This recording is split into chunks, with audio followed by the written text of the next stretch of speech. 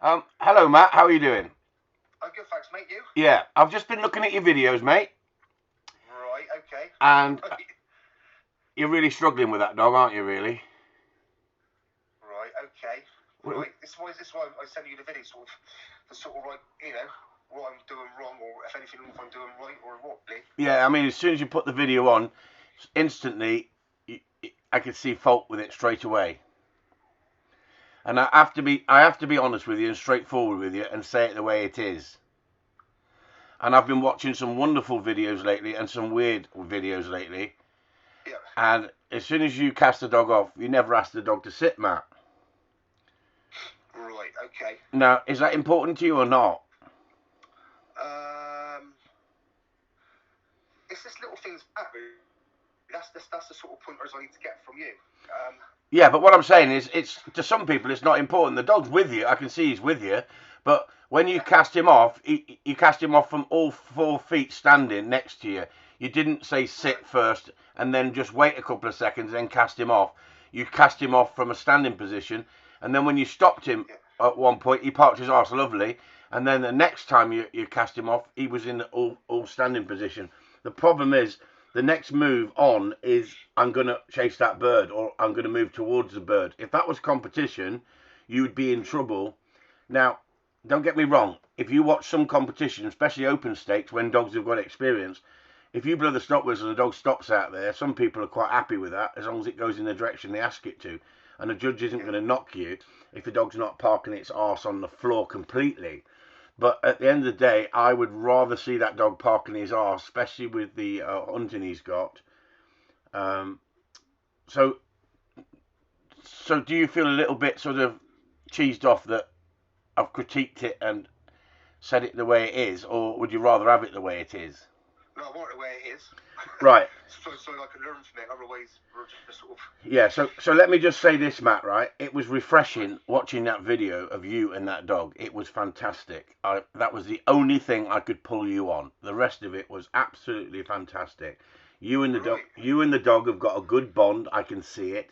The Yeah. dog is hunting with vengeance. Even in that woodland, he wanted it. He was nice and tight. He was responsive on the whistle. Your pace was really good.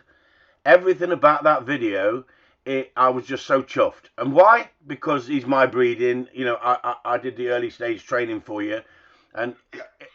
it's important for people to know this. Is that your first dog? So it's my first dog. Exactly. You had him for 14 months, I think. Yeah, from a baby, we bred him, From didn't we? Yeah, yeah, yeah, you bred him, yeah, out of Corleone Wiggle. yeah. Um, and then I think he'll be 3 in July. Mm. He had his first season, obviously last season with me. I done what I think you said, protect him for at least the first half of the season. Yeah. Done that, and yeah, he was really good, and I was getting some good comments from a lot of people on the shoot as well. But I just sort of wanted to send a video to you just to see where, what I'm doing wrong, or maybe what I'm doing right, or both, really. Well, isn't that a fine example for everybody to watch and think? Chris keeps saying, "Don't rush them, give them time." Massively. And what a difference, Matt, that you've had the dog on the shoot for the season. He's Yeah, not gone away from you. He's with you. He's honest, and yet he's a hard-driven dog, isn't he? yeah. I bet you he hunts twice as hard when there's game there. When there's game there, straight away. Yeah, Exactly. As soon as he gets on game, yeah, he's up for it again. He goes for the gears again. He goes for the gears again. But he will stay tight. yeah. And that's because the way we conditioned him.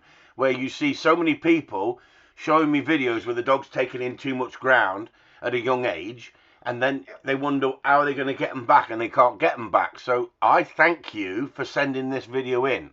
The 2 videos you put in, I just clipped them together because it's a fine example of someone who's listened to someone who knows what they're talking about and gone in the right direction. Because I couldn't ask for better. I mean, I'm over the moon. Not just because it's my breeding. I knew he was a quality dog. I told you that. But I couldn't tell you 8 weeks he was a quality dog. But I bred from quality. And I know the lines. And I'm over the moon with my dog I've got out of the brother to him that yeah, I've still got here. He's not going yeah, nowhere because they're gladiators. They've got that extra. bit of energy that you need when you need it, but they can switch off as well.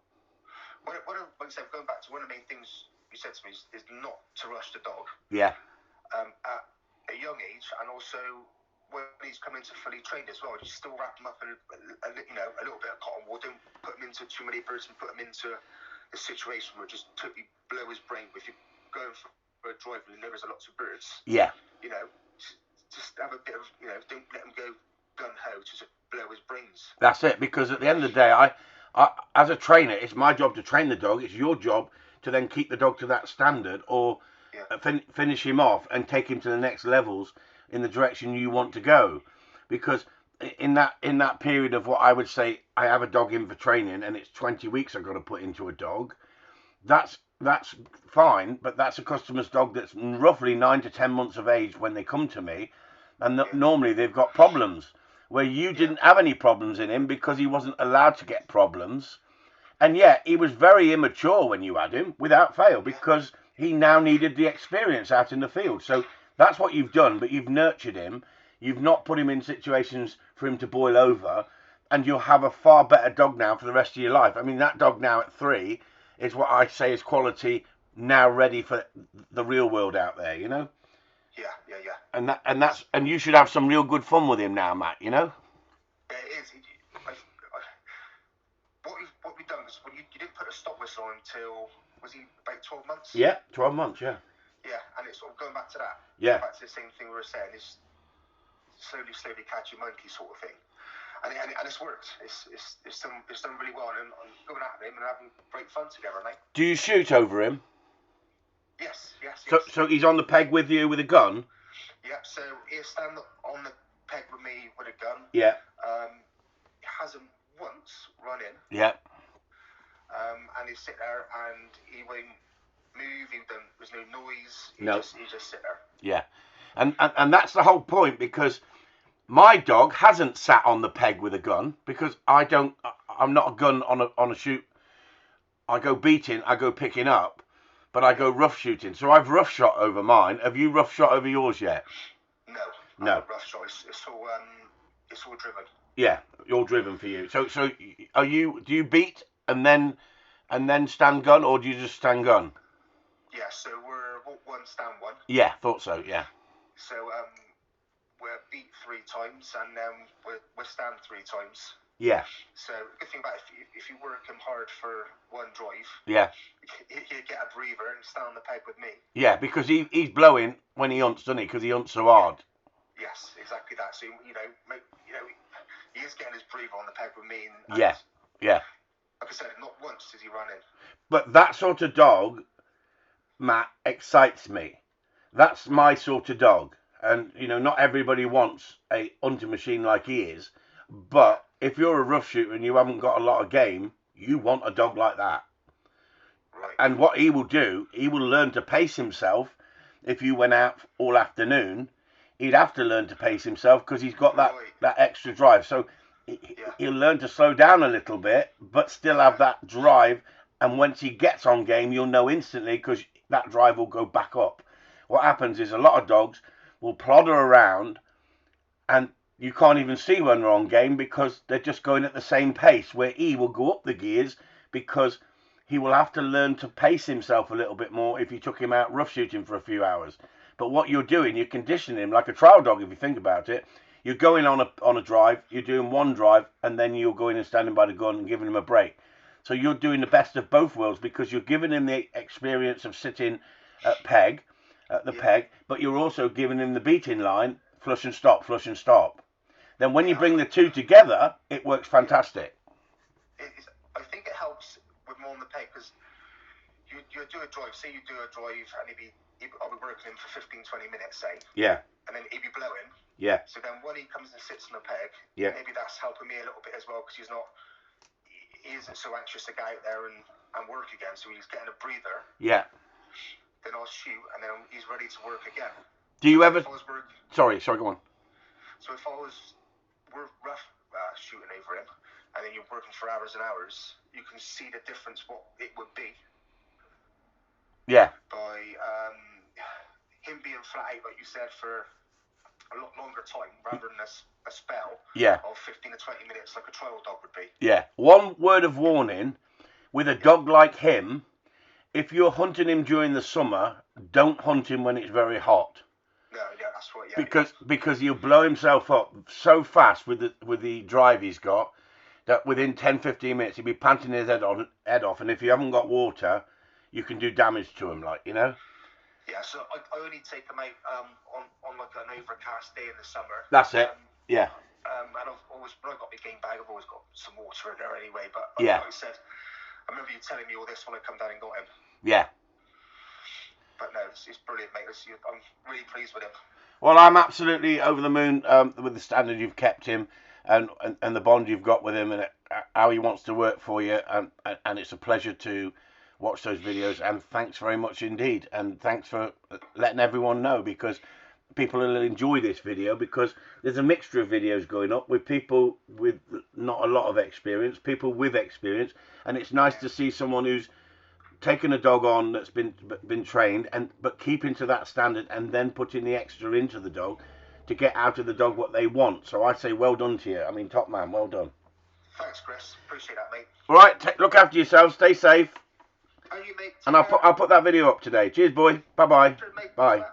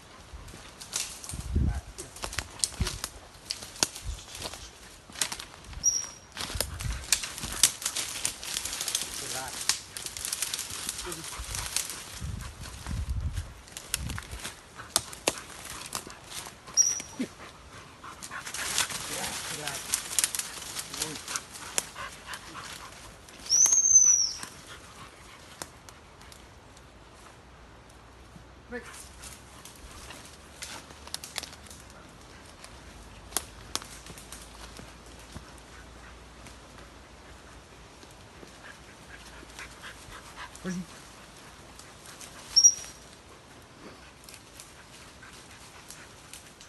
There. Where is he? Where is he? Good boy. Where is he? Get on.